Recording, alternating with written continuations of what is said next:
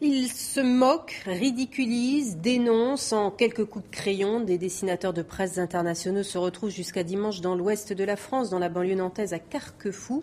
Ce sont les RIDEP, 13e édition consacrée à la révolution du web et aux libertés. Reportage sur place, Camille Sarret, Cédric Alliot.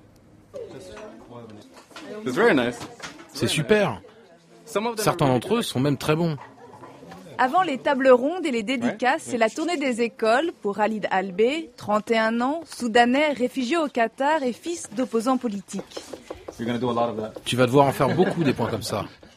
Trop subversif pour les journaux, il fait partie de ces dessinateurs nés sur le web. Sa notoriété a explosé pendant le printemps arabe.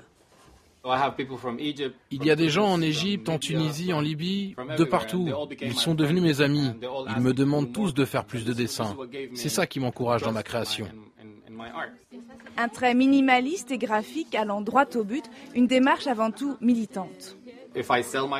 Si je vends mes dessins ou pas, ça ne change rien. Pour moi, faire réfléchir les gens, ça n'a pas de prix.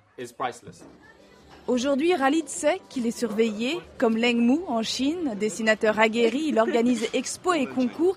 Il s'est construit un réseau à la seule force de son site. Mais quand il publie dans son journal, il doit faire avec la censure. Par exemple, pour le personnage d'un dessin, je n'ai pas précisé sa nationalité. Ça peut être un Allemand, un Anglais, un Chinois. Je veux éviter les problèmes. Leng Mu a bataillé dur et a failli tout arrêter.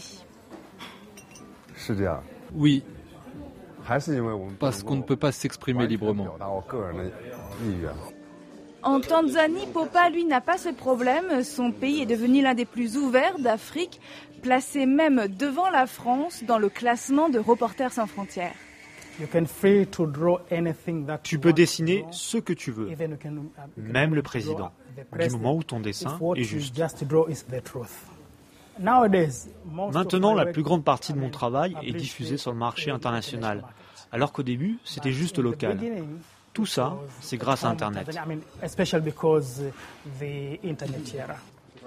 Des dessinateurs connectés sur le monde, avides d'échanger. Ils ne veulent qu'une seule chose, continuer.